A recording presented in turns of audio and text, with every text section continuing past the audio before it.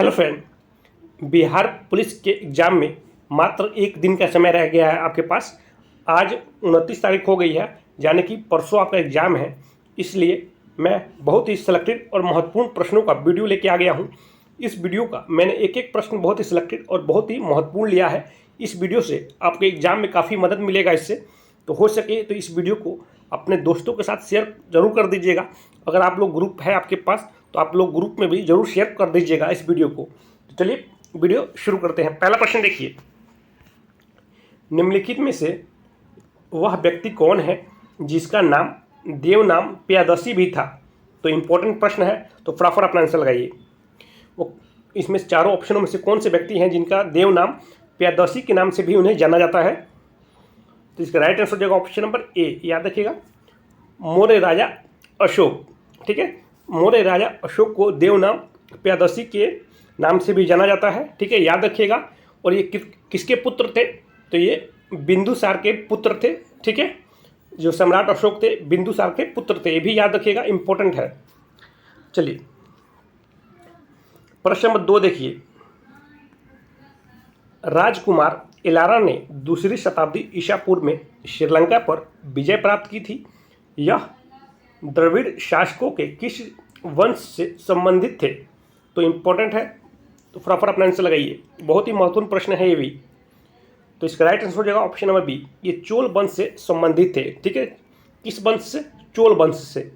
Clear, याद कर लीजिएगा, इंपॉर्टेंट रहेगा।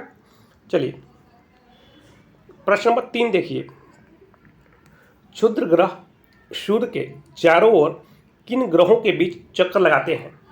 तो फटाफट अपना आंसर लगाइए। ये भी प्रश्न काफ़ी ज़्यादा महत्वपूर्ण है, वेरी वेरी इंपॉर्टेंट है। तो फटाफट अपना आंसर लगाइए।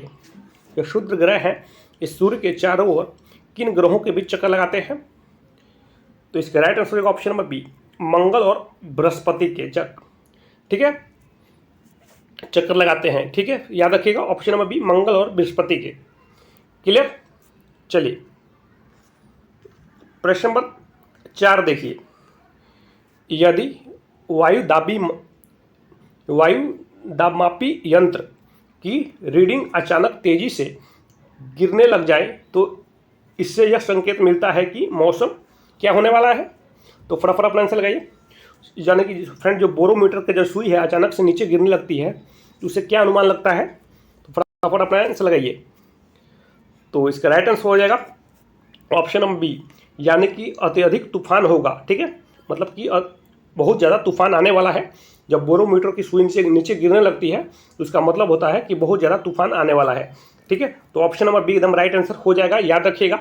क्लियर, वेरी वेरी इंपॉर्टेंट प्रश्न है। पिछले ये कई एग्जामों में प्रश्न देखने को मिला है, तो बहुत ही बीबीआई प्रश्न है, हमेशा याद रखिएगा। ठीक है, प्रश्न ऐसे भी पूछता है कि बोरोमीटर की सुई अचानक से गिरने लगे तो इसका क्या मतलब होता है? तो इसका मतलब होता है तूफान आने वाला है। क्लियर।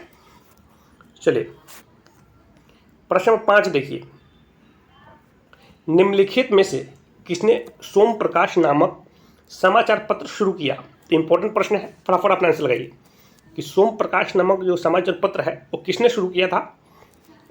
तो इसका राइट आंसर हो जाएगा ऑप्शन नंबर बी, ये ईश्वर चंद्र विद्यासागर ने ये शुरू किया था। ये नाम बहुत ही महत्वपूर्ण है, देख लीजिए, सोम प्रकाश नामक समाचार पत्र। ठीक है, किसने शुरू किया था? तो ईश्वर चंद्र विद्यासागर ने।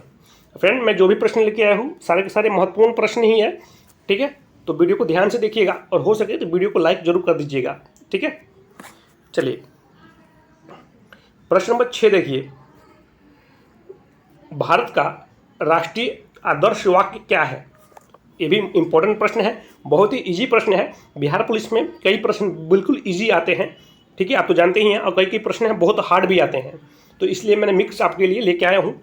ठीक है, तो फटाफट अपना आंसर लगाइए कि भारत का राष्ट्रीय वाक्य क्या है। तो आप में से अधिकतर बच्चे जानते होंगे कि सत्यमेव जयते भारत का राष्ट्रीय वाक्य है। क्लियर। चलिए प्रश्न नंबर 7 देखिए, बाघ से पूर्व भारत का राष्ट्रीय पशु था। तो फटाफट अपना आंसर लगाइए। जो बाघ से पहले जो राष्ट्रीय पशु था वह कौन सा था पशु था, राष्ट्रीय पशु?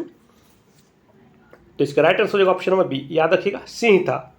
ठीक है, क्या था? ऑप्शन नंबर बी, सिंह। याद रखिएगा, बाघ से जो पहले राष्ट्रीय पशु था वह सिंह था। क्लियर। और देखिए फ्रेंड, ये 1972, ठीक है, 1972 तक भारत का राष्ट्रीय पशु सिंह था। उसके बाद जब 1973 आया तो इसको चेंज कर दिया गया, राष्ट्रीय पशु को क्या कर दिया गया, बाघ कर दिया गया। ठीक है, 1972 तक क्या था, सिंह था। क्लियर। उसके बाद 1973 में बाघ हो गया राष्ट्रीय पशु। क्लियर। चलिए प्रश्न नंबर 8 देखिए, शीतकाल में कपड़े हमें गर्म रखते हैं क्योंकि वह ठंडियों के मौसम में फ्रेंड हम कपड़े पहनते हैं तो हमको सर्दी नहीं, जितना ज़्यादा कपड़े पहनते हैं उतनी ज़्यादा सर्दी नहीं लगती है। तो किस कारण से नहीं लगती है, तो फटाफट अपना आंसर लगाइए।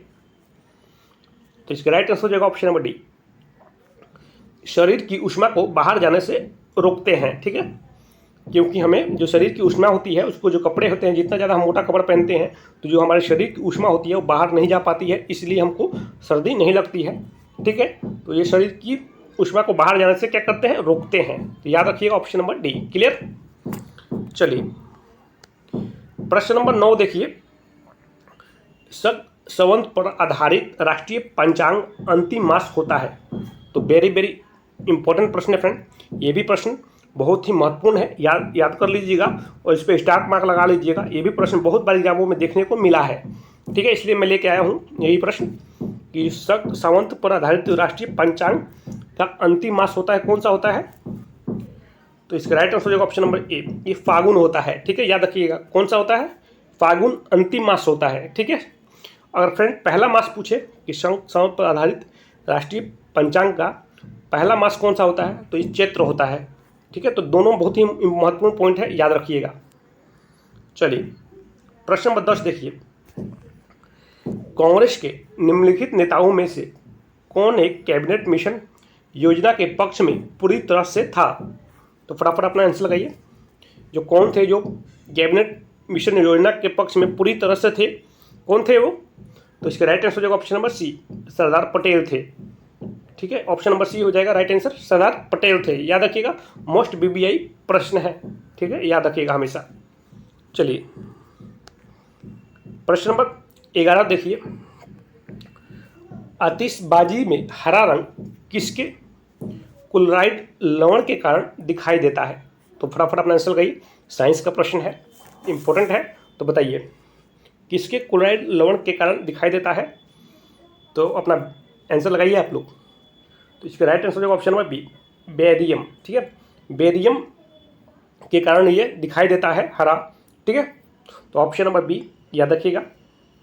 चलिए प्रश्न नंबर 12 देखिए, भारत में ब्रिटेन की सभी संवैधानिक प्रयोगों में सबसे कम समय तक चला, तो कौन सा चला था। तो फटाफट अपना आंसर लगाइए, 4 ऑप्शन आपके सामने हैं कि भारत में ब्रिटेन की सभी संवैधानिक प्रयोगों में सबसे कम समय तक चला था। तो क्या चला था बताइए अपना आंसर। तो इसका राइट आंसर हो जाएगा ऑप्शन नंबर सी, 1919 का इंडियन कोसिल एक्ट। ठीक है, सबसे कम समय तक चला था, याद रखिएगा ऑप्शन नंबर सी। चलिए प्रश्न नंबर 13 देखिए, 1935 के भारत सरकार अधिनियम की कौन सी एक विशेषता नहीं थी। तो बताइए कि 4 ऑप्शन है, इसमें कौन सी एक भारत सरकार अधिनियम की विशेषता नहीं थी पूछ रहा है। तो इसका राइट आंसर हो जाएगा ऑप्शन नंबर ए, याद रखिएगा केंद्र के साथ ही राज्यों में द्वंद्व शासन की जो विशेषता थी वो नहीं थी। ठीक है, तो ऑप्शन नंबर ए एकदम राइट आंसर है। चलिए प्रश्न नंबर 14 देखिए, सर्वाधिक इस्तेमाल में आने वाला विरंजन अभिकर्मक क्या है। तो फटाफट अपना आंसर लगाइए, क्या है इसका राइट आंसर बताना है आपको। तो इसका राइट आंसर हो जाएगा ऑप्शन नंबर बी, क्लोरीन है। ठीक है, याद रखिएगा कौन सा है, तो ये क्लोरीन। क्लियर। चलिए नेक्स्ट प्रश्न देखते हैं, प्रश्न नंबर 15 देखिए, भारत के विभाजन को टालने का अंतिम अवसर समाप्त हो गया था। तो बताइए ये कब समाप्त हो गया था। तो अपना आंसर लगाइए आप लोग, ऑप्शन आपके सामने है, तो फटाफट अपना आंसर लगाइए। मोस्ट इंपॉर्टेंट प्रश्न है भी। ठीक है, बीबीए प्रश्न फ्रेंड, हमेशा दिमाग में रखिएगा ये भी प्रश्न। तो इसका राइट आंसर होगा ऑप्शन नंबर सी, याद रखिएगा कैबिनेट मिशन को अस्वीकार करने के साथ ही जो ये अवसर है ये समाप्त हो गया था। ठीक है, तो ऑप्शन नंबर सी एकदम करेक्ट आंसर हो जाएगा, इंपॉर्टेंट है, याद रखिएगा। प्रश्न नंबर 16 देखिए, मोटेंग्यू चैम्सफोर्ड की रिपोर्ट आधार बनी, तो फटाफट अपना आंसर लगाइए कि किसका आधार बनी थी, इनकी जो रिपोर्ट है तो किसकी आधार बनी थी, तो फटाफट अपना आंसर लगाना है आपको। तो इसका राइट आंसर हो जाएगा ऑप्शन नंबर बी, भारत सरकार अधिनियम 1919 का आधार बनी थी। ठीक है, याद रखिएगा, भारत सरकार अधिनियम 1919 का। ठीक है, तो ऑप्शन नंबर बी एकदम राइट आंसर है, इंपॉर्टेंट ये भी प्रश्न है, तो हमेशा इस दिमाग में आप लोग रखिएगा। चलिए प्रश्न नंबर 17 देखिए, हीलियम परमाणु जब इलेक्ट्रॉन खोता है तब वो बनता है, तो क्या बनता है, तो फटाफट अपना आंसर लगाइए। जो साइंस का प्रश्न है, इंपॉर्टेंट प्रश्न है, ये भी प्रश्न पिछले एग्जामों में देखने को मिला है, तो फटाफट अपना आंसर लगाइए। तो क्या बनता है वो, तो इसका राइट आंसर हो जाएगा ऑप्शन नंबर सी, धनात्मक हीलियम आयन बनता है। ठीक है, हीलियम परमाणु जब इलेक्ट्रॉन खोता है तो वह धनात्मक हीलियम आयन बनता है, याद रखिएगा ऑप्शन नंबर सी। चलिए प्रश्न नंबर 18 देखिए, lectures from Colombo to Almora निम्नलिखित में से किस एक के अनुभव पर आधारित है, तो किसके अनुभव पर आधारित है, तो फटाफट अपना आंसर लगाइए। ये भी प्रश्न वेरी वेरी इंपॉर्टेंट प्रश्न है फ्रेंड, हमेशा आपको दिमाग में रखना है, ये भी प्रश्न काफ़ी ज़्यादा महत्वपूर्ण है। इसका राइट आंसर होगा option number D, Swami Vivekananda के अनुभव पर आधारित है, याद रखिएगा। ठीक है, option number D Swami Vivekananda के अनुभव पर आधारित है। चलिए प्रश्न नंबर 19 देखिए, निम्नलिखित विद्रोह में से किसको बंकिम चंद्र चटर्जी ने अपने उपन्यास आनंद मठ में उल्लेख कर प्रसिद्ध किया, तो बताइए कि किस विद्रोह को इन्होंने अपने उपन्यास आनंद मठ के उल्लेख में प्रसिद्ध किया था, तो ये भी इंपॉर्टेंट प्रश्न है, तो फटाफट अपना आंसर लगाइए। तो इसका राइट आंसर हो जाएगा ऑप्शन नंबर डी, सन्यासी विद्रोह को, याद रखिएगा, किस विद्रोह को, सन्यासी विद्रोह को। फ्रेंड वीडियो अच्छा लग रहा हो तो प्लीज़ लाइक कर दीजिएगा, और अपने दोस्तों के साथ अभी तक शेयर नहीं किए हैं तो प्लीज़ अपने दोस्तों के साथ इस वीडियो को जरूर शेयर कर दीजिएगा। ठीक है, चलिए प्रश्न नंबर 20 देखिए, सौर ऊर्जा का अधिकतम स्थिरीकरण किसके द्वारा किया जाता है, तो ये भी महत्वपूर्ण प्रश्न है, तो बताइए सौर ऊर्जा का जो अधिकतम स्थिरीकरण है किसके द्वारा किया जाता है, तो इसका राइट आंसर हो जाएगा ऑप्शन नंबर ए, हरे पादक के द्वारा किया जाता है। ठीक है, याद रखिएगा किसके द्वारा, हरे पादक के द्वारा। फ्रेंड यहाँ पे हरे पादक ना दे के अगर हरे पौधे दे दे तो भी तभी भी आपका राइट आंसर हरे पौधे पर लगा दीजिएगा, कन्फ्यूज मत होइएगा। अगर हरे पादक ना दे यहाँ पे ऑप्शन हरे पौधे दे तो उसका राइट आंसर हरे पौधे भी हो जाएगा, तो आप लोग कभी कन्फ्यूज इसमें मत होइएगा। चलिए प्रश्न नंबर 21 देखिए, चरक किसके दरबार में प्रसिद्ध चिकित्सक थे, तो बताइए जो चरक थे, महान चिकित्सक चरक के नाम से जानते हैं हम लोग, वो किसके दरबार प्रसिद्ध दरबार में थे, बताइए किसके दरबार में थे। फ्रेंड ये प्रश्न कम से कम बहुत बार एग्जामों में, पिछले कई सारे एग्जामों में ये प्रश्न कई बार देखने को मिला है, तो बड़ी महत्वपूर्ण प्रश्न है, बहुत ही ज़्यादा इंपॉर्टेंट है, तो इसका जवाब आप लोगों को खुद देना है। ठीक है, कि इसका जवाब आप लोग कमेंट सेक्शन में जरूर बताइएगा कि इसका राइट आंसर क्या है, क्योंकि ये प्रश्न पिछले कई एग्जामों में, एसएससी के एग्जामों में बार बार पूछा जा चुका है ये प्रश्न, तो जब जरा इसका जवाब आप जरूर दीजिएगा।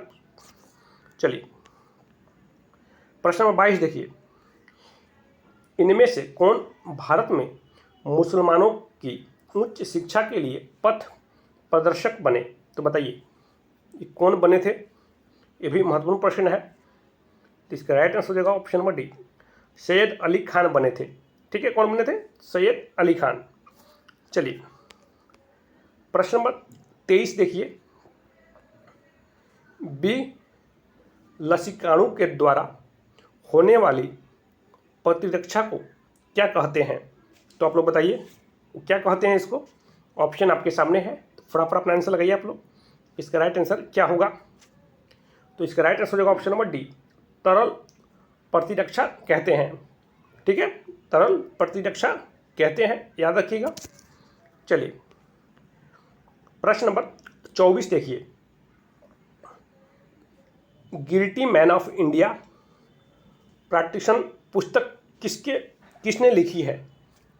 तो बताइए, गिल्टी मैन ऑफ इंडिया जो प्रैक्टिशन पुस्तक है ये किसके द्वारा लिखी गई है? इंपॉर्टेंट प्रश्न है, तो फटाफट अपना आंसर आप लोग लगाइए। तो इसका राइट आंसर होगा ऑप्शन नंबर बी। याद रखिएगा, डॉक्टर राम मनोहर लोहिया के द्वारा ये लिखी गई है ये पुस्तक, जिसका नाम है गिल्टी मैन ऑफ इंडिया। ठीक है, तो इंपॉर्टेंट प्रश्न है, पुस्तक से संबंधित प्रश्न भी 1 से 2 प्रश्न बिहार पुलिस के एग्जाम में देखने को मिलते हैं, इसलिए मैंने आपको करवा दिया।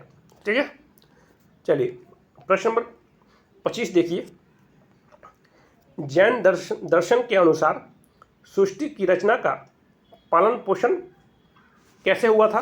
तो फटाफट अपना आंसर लगाइए। जैन दर्शन के अनुसार पूछ रहा है, जो सृष्टि की रचना का जो पालन और पोषण हुआ था वो कैसे हुआ था? तो फटाफट अपना आंसर लगाइए।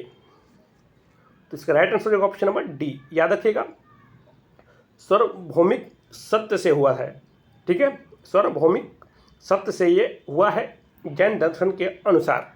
ठीक है, तो फ्रेंड ये टोटल 25 प्रश्न थे जो मैंने आपको करा दिए हैं, बहुत ही महत्वपूर्ण थे। तो आप लोग याद कर लीजिएगा इस सारे के सारे प्रश्नों को, इससे आपको एग्जाम में बहुत ही फ़ायदा मिलेगा। और मैंने इस बिहार पुलिस के ऊपर कुछ और महत्वपूर्ण वीडियो बना रखा है जो आपको स्क्रीन पर दिख रहा होगा, उन सबको भी एक बार ज़रूर देख लीजिएगा, बहुत ही ज़्यादा आपको उससे भी फ़ायदा मिलेगा। तो हो सके तो इस वीडियो को अपने दोस्तों के साथ ज़रूर शेयर कर दीजिएगा। ठीक है, और वीडियो को लाइक नहीं किया तो लाइक कर दीजिए, और चैनल पर नए हैं चैनल को सब्सक्राइब जरूर कर दीजिएगा। आज के लिए धन्यवाद, मिलते हैं कल फिर आपके लिए महत्वपूर्ण प्रश्न लेके मैं आऊँगा। अंतिम दिन कल है, कल फिर मैं आपके लिए इंपॉर्टेंट प्रश्नों का वीडियो लेके आऊँगा। चलिए।